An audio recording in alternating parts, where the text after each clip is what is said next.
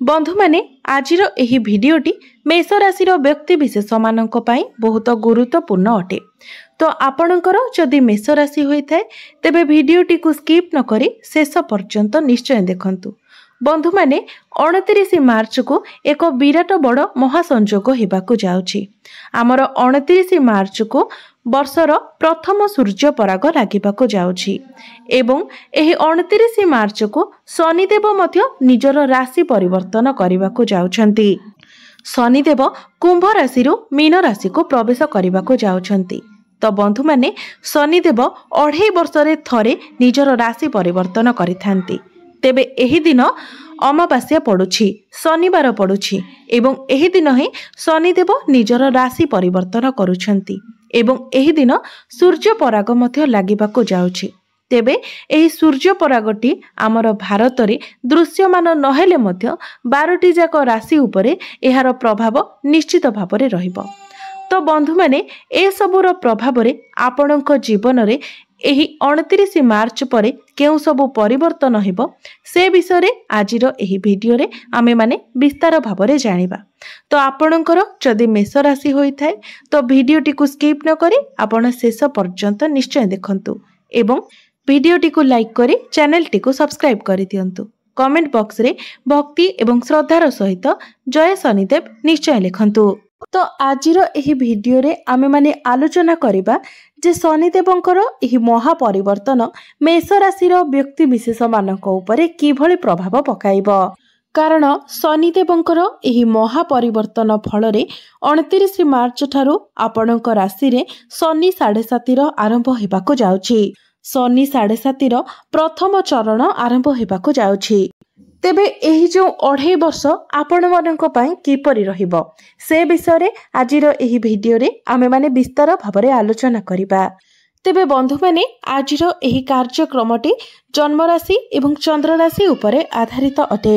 तेबे बंधु माने शनिदेव हेउछंती न्यायदाता, कर्म फलदाता। आमर कर्म आधार रे ही शनिदेव आमको आमर कर्मर फल प्रदान करिथांती। बंधु माने ज्योतिष शास्त्र रे शनिदेव को दुखर कारक बोली माना जाई थाए। तेबे बंधु माने आपण माने जानि रखिबा उचित जे शनिदेव जने व्यक्ति को रंकरु राजा मध्य बनाई थांती एवं राजारु रंक मध्य बनाई थांती। तेबे यह संपूर्ण रूप आधारित अटे आपणकर निजस्व जन्म कुंडली रे शनिकर स्थिति किपरि रहिछि। जदि आपणकर जन्म कुंडली रे शनि उच्च स्थिति रे थांती, स्वराशि रे थांती किंबा मित्र राशि रे थांती तो शनि आपणको रंकरु राजा मध्य बनाई थांती एवं एही परिस्थिति रे शनिदेव जदि आपणकर जन्म कुंडली रे नीचस्थ थांती, पीड़ित अवस्था रे थांती किंबा शत्रु गृह रे थांती तो आपणको बहुत किछि जंत्रणार सामना करबाको पड़ी थाए। आपणको राजारो रंक मध्य बनेबाको पड़ी थाए। तेबे एबे आसंतु जानि नेबा शनिदेवंकर एही महापरिवर्तन फल रे आपणको जीवन रे केउ सबु परिवर्तन हेबाको जाउछि। तेबे राशि चक्रर 12 गोटी राशि मध्यरु प्रथम राशि हेउछि मेष राशि एवं आपणक राशि ठारू द्वादश भावरे 29 मार्च को शनि गोचर करिवे। तो जेते बेले द्वादश भावरे शनि गोचर करिवे शनिकर दृष्टि आपणकर द्वितीय, षष्ठ एवं नवम भाव उपरे रहिबो। तेबे शनि हेउछंती आपणकर दशम एवं एकादश भावर अधिपति। तेबे दशम एवं एकादश भावर अधिपति होई शनि आपणकर द्वादश भावरे गोचर करिवे। तेबे द्वादश भावटी होइथाय विदेशर भाव, खर्चर भाव, हॉस्पिटल भाव। द्वादश भावटी होइथाय दूर यात्रार भाव। तो मोटामोटी भावरे देखिबाकू गले द्वादश भावटी खर्चर भाव होइथाय। मात्र दशम भावर अधिपति जेतेबेले द्वादश भावरे गोचर करिवे ताहा सेही व्यक्ति मानक पई बहुत भलो रहिबो जे माने विदेश यात्रा करिबा पई चाहुथिले किंबा आपण जदि आम भारत रे रही कि ही विदेशी गतिविधि रे जड़ित अछंती, कोनोसी एमएमसी कंपनी रे आपण जॉब करूछंती किंबा आपणकर कोनोसी प्रकारर भी फॉरेन कनेक्टिविटी रहिछि तो ए सब क्षेत्र रे आपणको सफलता मिलिबाकू जाउछि। तेबे मने रखंतु जदि आपण बहुत अधिक रोजगार करूछंती तो एही समय आपण निजर टंका को कोनोसी भलो जगह रे इन्वेस्ट करंतु नचेत शनिदेव आपणकर क्षति मध्य कराइबे अर्थात आपणकर खर्च बहुत अधिक होई जिवो जहा फଳରେ आपण सेविंग करि परिबे नाही। तेणु आपण जदि निजर टंका को कोनोसी भलो जगह रे इन्वेस्ट करंती तो भविष्यत रे एहा आपणको लाभ प्रदान करिवो। जेहेतु द्वादश भावटी खर्चर भाव तेणु कौनसी ना कौनसी बाटरे आपणकर टंका खर्च होई जिवो। सेथिपाई जदि आपण धरंतु फिक्स डिपोजिट करंती किंबा कौनसी जगह रे इन्वेस्टमेंट करंती तो भविष्यत रे आपण सेथिरो लाभान्वित होई परिबे। एवं दशम भावर अधिपति होई शनिदेव जेतेबेले आपणकर द्वादश भावरे गोचर करिवे तो आपण निजर काम कार्य को नेकी दूर यात्रा करि पारंती। दूर यात्रा सहित आपण पदयात्रा मध्य करि पारंती। आपण पादरे चली चली थकी पड़िबे अर्थात आपणको किछि एपरि काम आसीबो जहा पई आपणको पादरे चलीबाकू पड़िबो।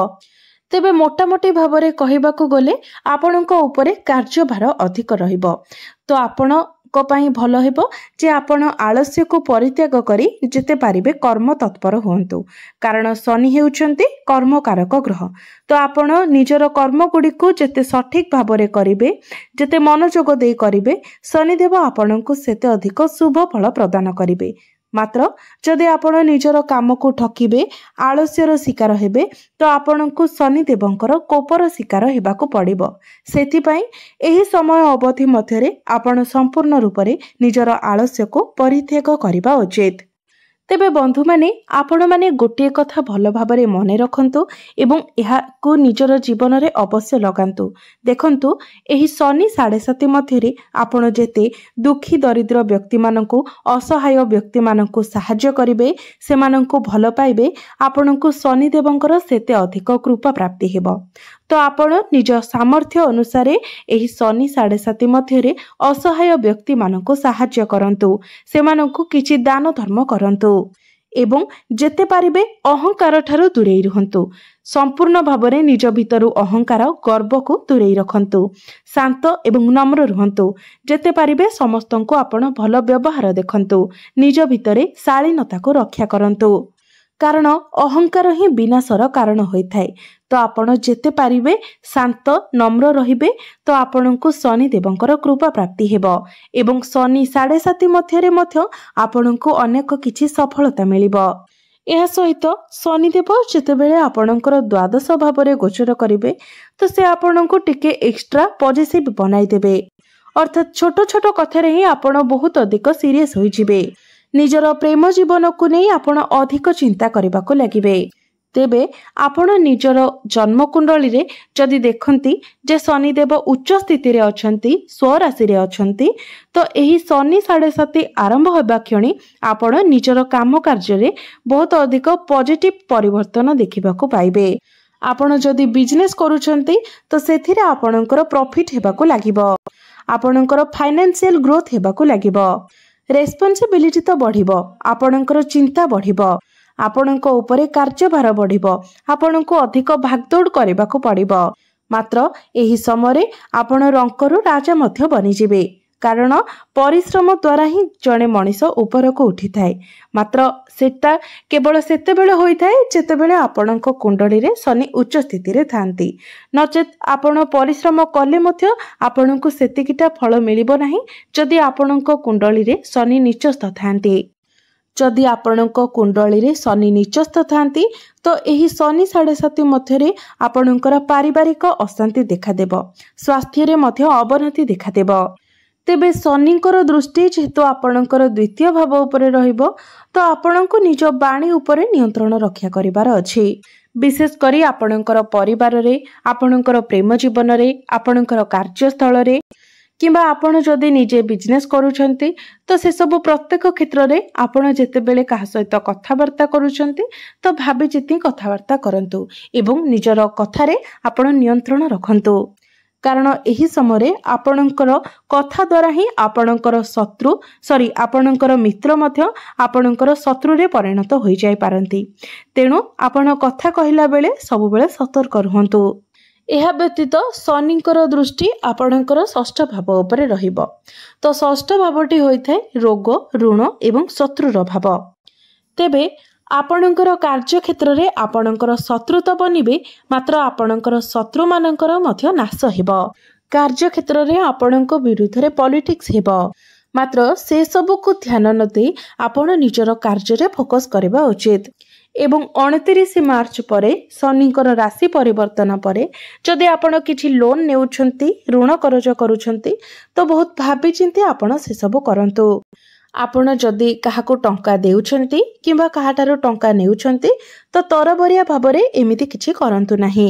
ନଚେତ୍ ଆପଣ ଯଦି ନ ଭାବି ନ ଚିନ୍ତି ଏହି ସମୟରେ କାହାକୁ ଟଙ୍କା ଦେଉଛନ୍ତି ତ ସେହି ଟଙ୍କା ହୁଏତ ଆପଣଙ୍କୁ ନ ମିଳିପାରେ।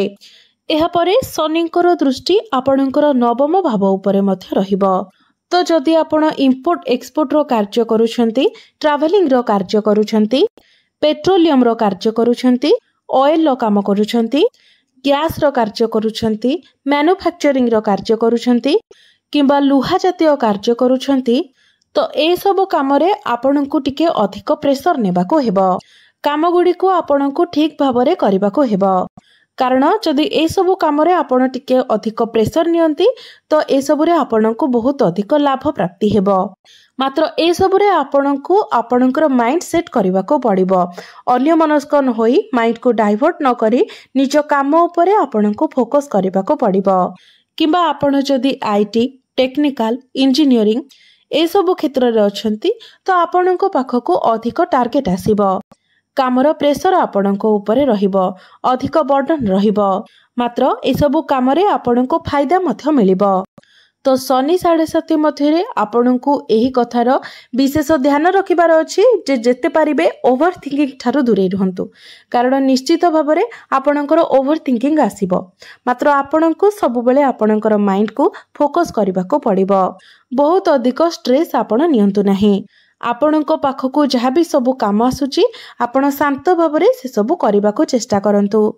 ଏବଂ ଏହା ସହିତ ଶନିଙ୍କର ଏହି ମହାପରିବର୍ତ୍ତନ ପରଠାରୁ ଅର୍ଥାତ୍ 29 ମାର୍ଚ୍ଚ ଠାରୁ ଆପଣଙ୍କର କ୍ୟାରିୟରରେ, ଆପଣଙ୍କର ଜବ୍ରେ ପରିବର୍ତ୍ତନ ହେବାର ମଧ୍ୟ 60ରୁ 70% ଚାନ୍ସେସ୍ ରହୁଛି। ଅର୍ଥାତ୍ ଚାକିରି କ୍ଷେତ୍ରରେ ଆପଣଙ୍କର ଟ୍ରାନ୍ସଫର ହୋଇପାରେ।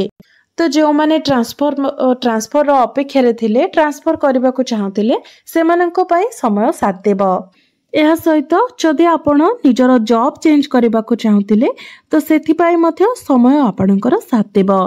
କାରଣ ଶନି 7.5ର ଏହା ହିଁ ବିଶେଷତ୍ୱ ରହିଥାଏ ଯେ ଶନି 7.5 ମଧ୍ୟରେ ଆପଣଙ୍କର ମ୍ୟାଚୁରିଟି ଲେଭେଲ ବଢ଼ିଥାଏ, ଆପଣଙ୍କର ଜ୍ଞାନ ବଢ଼ିଥାଏ।